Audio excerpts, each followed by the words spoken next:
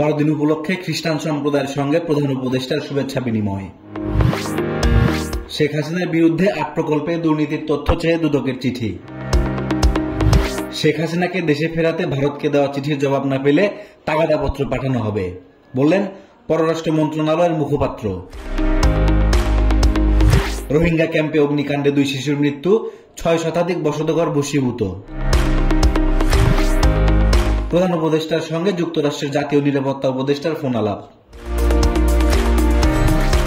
দেশে পরীক্ষিত দেশপ্রেমিক শক্তি 2টি, একটি সেনাবাহিনী আর একটি জামায়াত, বললেন ডক্টর শফিকুর রহমান।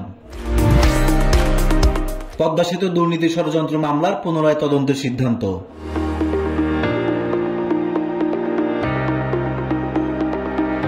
নির্বাচনের জন্য অধৈর্য না হয়ে সংস্কার কাজে সহযোগিতা করুন, রাজনৈতিক দলের উদ্দেশ্যে বললেন আসিফ মাহমুদ। পারসেপশন বা ধারণা থেকে নয়, প্রকৃত তথ্য সহকারে দেশের আইন শৃঙ্খলা পরিস্থিতি নিয়ে প্রতিবেদন করতে সাংবাদিকদের আহ্বান প্রেস সচিবের। লিবিয়া উপকূলে নৌকাডুবিতে 8 বাংলাদেশের মৃত্যু। আয়কর রিটার্ন দাখিলের সময় আরো 1 মাস বাড়ল। সাতপন্থীদের নিষিদ্ধের দাবিতে কাকরাইলে অবস্থানের ডাক। হাওড়ায় প্রেমে বাধা দেওয়ায় প্রেমিকার মাকে গলা কেটে পুড়িয়ে হত্যা করল যুবক।